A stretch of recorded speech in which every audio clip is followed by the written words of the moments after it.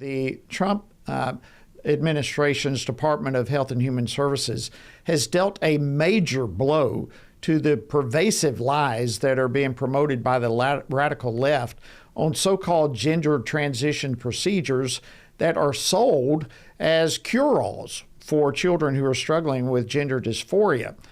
What false claims about so-called gender transition procedures did this peer-reviewed study tear down? That's what we want to discuss. And further, is the true nature that's behind all these procedures becoming more clear to the American public? Well, joining me now to discuss this is Dr. Jennifer Bauwens. She's the Senior Research Fellow here at the Family Research Council. She's also the Director of American Values at the America First Policy Institute. Dr. Bauwens, welcome back to Washington Watch. Great to see you. Thanks for joining us. All right, for those who have not had the opportunity to dig into this HHS study, what are some of the top line findings as you get into this and look at it further? Yeah, I think first of all, we owe a big thanks to the Trump administration's Health and Human Services, because for those of us who've worked on this issue, we know the vitriol that goes with it, and it can be a very challenging issue to just present the basic science. There's a lot of anger on the other side that we often have to contend with, and so this is great news that folks were willing to be put on the record and share what the findings are.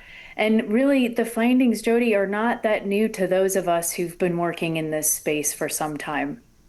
This report showed what many other countries, their health services have shown, which is the evidence to support gender affirming care is very low quality indeed. And that the proclaimed outcomes that gender affirming care has promised, such as good psychological health, good quality of life, or even long-term health, have not proved to be the case with gender affirming care. So once again, we have yet another review that shows that the research just isn't there. It doesn't support this intervention. It's really good news. This is a bombshell report. It seems like to me. Let me go a little bit deeper, because this is so much your field. What are some of the reasons in the first place that would cause a minor individual to take on a transgender identity? Yeah. And here's the thing we have to remember is that this report is just looking at what shouldn't be done. It's not looking at some of the things that need to be addressed in these minors, such as the psychiatric issues that drove them to want to take on this trans identity in the first place. Certainly, we've seen from a number of studies that people who identify as transgender have many of them have traumatic backgrounds.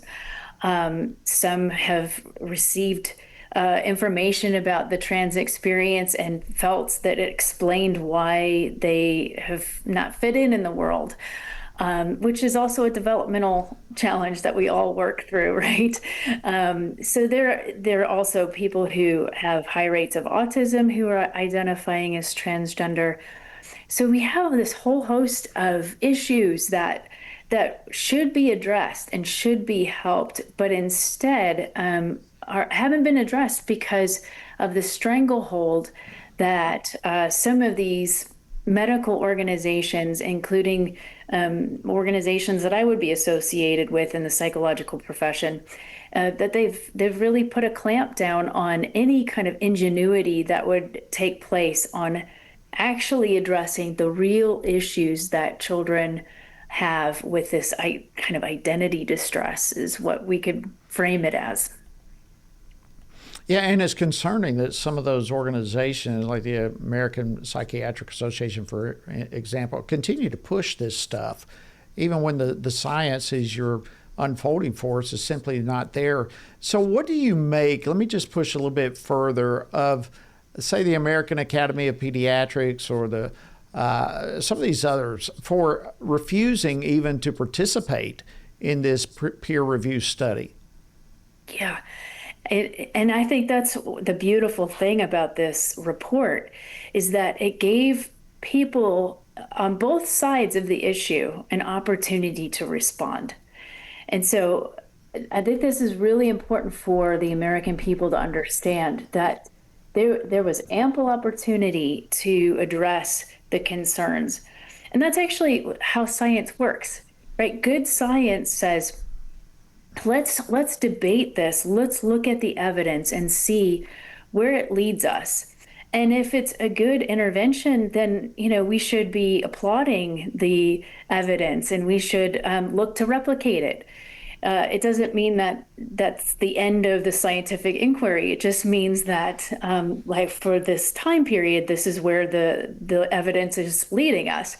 But you don't see that with these particular professional groups. You see them walking away and taking that opportunity and scrapping it. And that should be very telling for all of us, because if you have an intervention that's so great, you should want to go out there and defend it. But I would also add to this, Jody, is that we're talking about vulnerable minors who are being subject to lifelong changes through these interventions.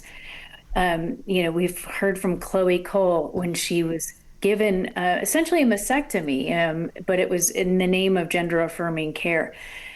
She will never have those body parts back again. And so the level of evidence should rise to a new level. And to think that these organizations are backing away from the opportunity to defend their position is frightening, and really it's telling. Yes, it is. Yes, it is. Thank you so much, Dr. Jennifer Bauwens, Senior Research Fellow at FRC. Your insights and expertise, always great and welcome. Thank you for joining us. Happy Thanksgiving to you.